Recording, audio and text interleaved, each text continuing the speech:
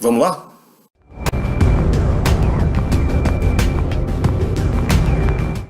Oi! Com o programa de hoje, nós voltamos com o Terra Incógnita. E neste primeiro programa de 2017, vamos falar de uma coisa muito interessante e extremamente atual.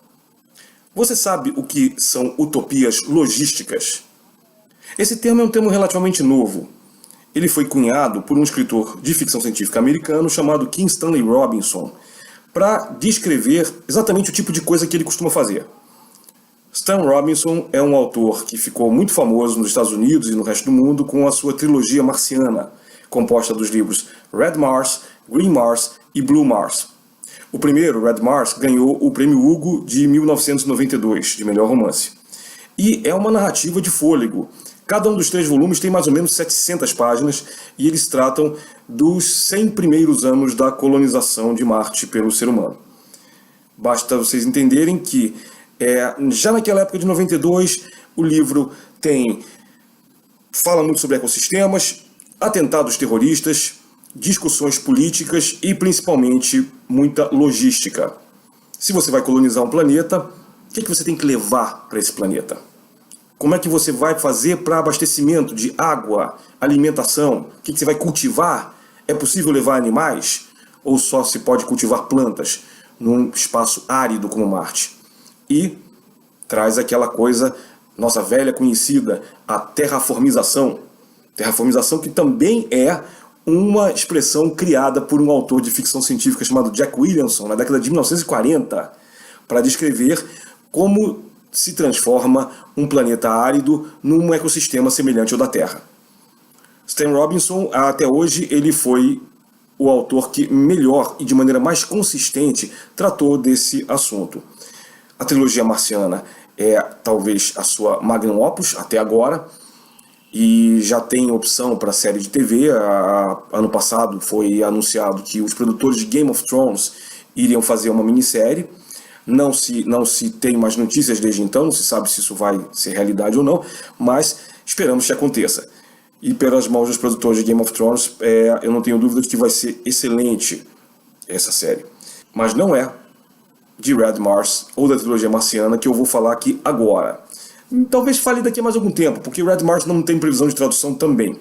Há um tempo atrás eu fui convidado para traduzir Red Mars para uma editora pequena que infelizmente não conseguiu negociar os direitos para traduzir e acabou cancelando o projeto.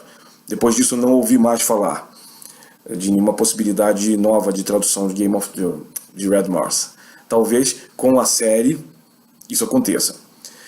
Depois dessa trilogia, ele escreveu uma série de outros livros bastante interessantes. Ele escreveu Antártica, que é onde justamente ele coloca toda a teoria que ele pesquisou e estudou durante anos para escrever Red Mars e faz uma espécie de libelo à reterraformização da própria Terra.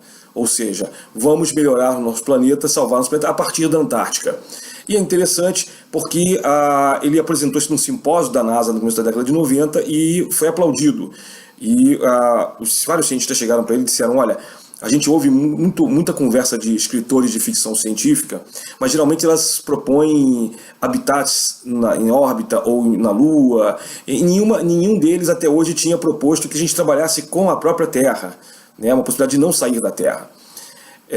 Infelizmente, essas sugestões do Stan Robinson não foram aproveitadas, né? Ano passado nós tivemos a notícia de que nós finalmente entramos no Antropoceno, que é o período da humanidade em que o ecossistema foi irreversivelmente alterado pelo próprio homem.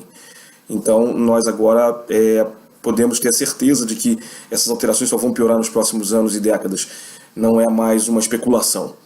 Talvez com base nisso o Stan Robinson tenha mudado um pouco o seu vetor, mas não o trabalho nas utopias logísticas, para escrever o seu livro mais recente que acaba de sair. Ele se chama New York 2140. É muito interessante porque depois de 2001, Odisseia no Espaço, 2010, essas coisas todas, não dá mais muito para falar do século XXI, né?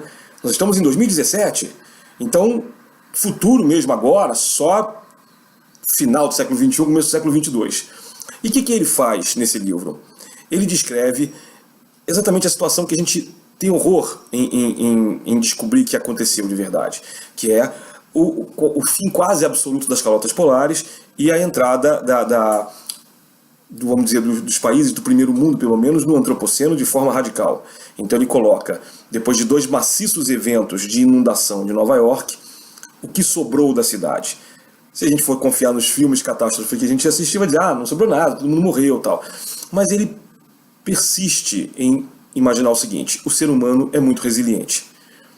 A gente gosta muito de falar do brasileiro, eu gosto muito de brincar com relação ao Brasil, dizendo que eu acredito que realmente a gente seja um dos povos mais resilientes do mundo, porque sobreviver do jeito que a gente está sobrevivendo agora com esse governo, vocês me desculpem o parênteses político, mas não dá.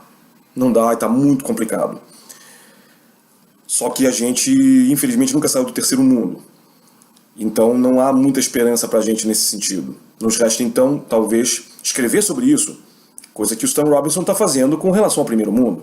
Ele é californiano, ele é um cara que tem um pensamento eminentemente socialista, e bastante socialista em relação ao pensamento médio norte-americano, e ele coloca em Nova York 2140 todo o seu pensamento de forma não sectária. Aliás, ele merece elogios da crítica de modo geral nos Estados Unidos e lá fora, tanto da esquerda quanto da direita, né? Talvez alguém mais radical da direita chame ele de social justice warrior, coisa que ele não é, ou de tree hugger, coisa que ele é, porque ele é um ecologista e ele pesquisa isso avidamente desde muito cedo e ele propõe soluções bastante concretas.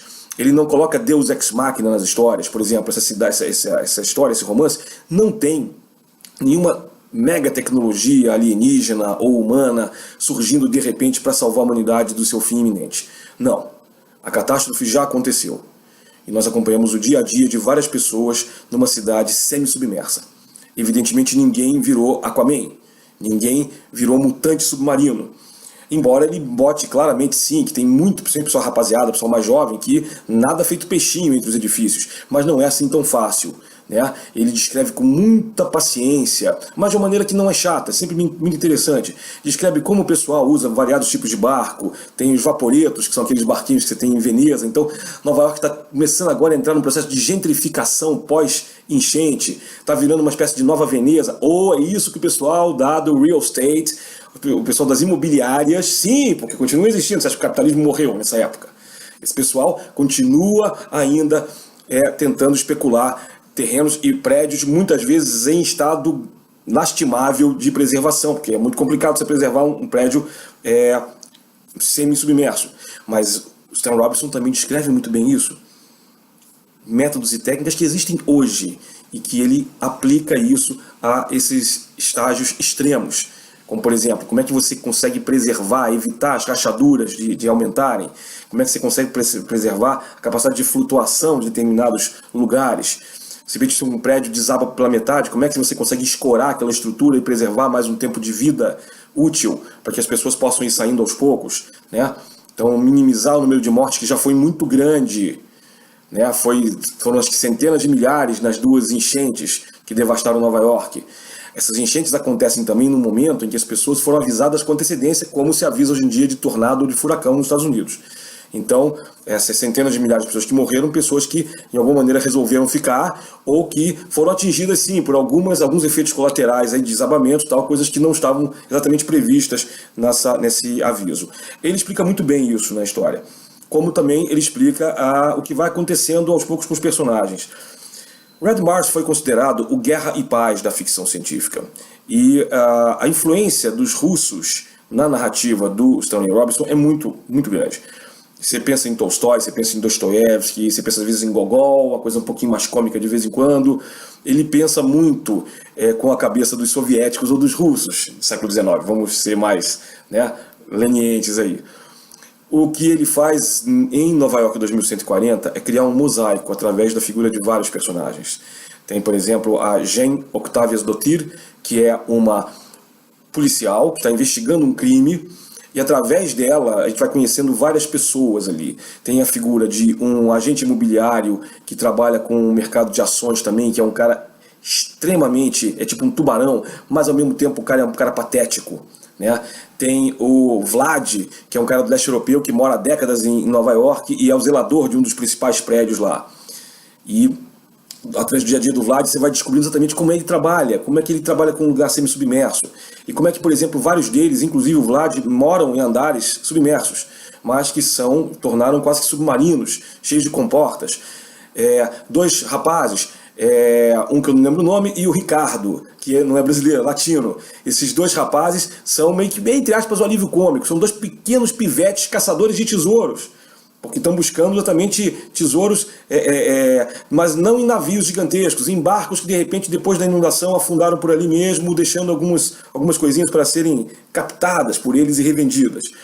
E como é que a vida de todas essas pessoas, e muito mais, tem uma profissional que é uma personagem que é a única que eu não gosto muito, que é uma moça metida, a Amelia Earhart, que ela tem um dirigível. Aliás, dirigíveis são muito comuns nesse futuro, que não é um futuro steampunk, nem dieselpunk, né? Mas é um futuro que tem muitos dirigíveis, e ela é a pessoa que trabalha também com ecologia. Só que ela tem um programa, uma espécie de reality show ecológico. E uma das cenas mais engraçadas do livro, também vira um alívio cômico aí, ela transportando 2 ursos polares para um lugar seguro, para um refúgio, e os ursos polares se soltam dentro da gôndola do dirigível dela, e ela tem que lutar pela sobrevivência. O que não é uma coisa tão ruim assim, né, da maneira que o Stan Robinson conta, acreditem.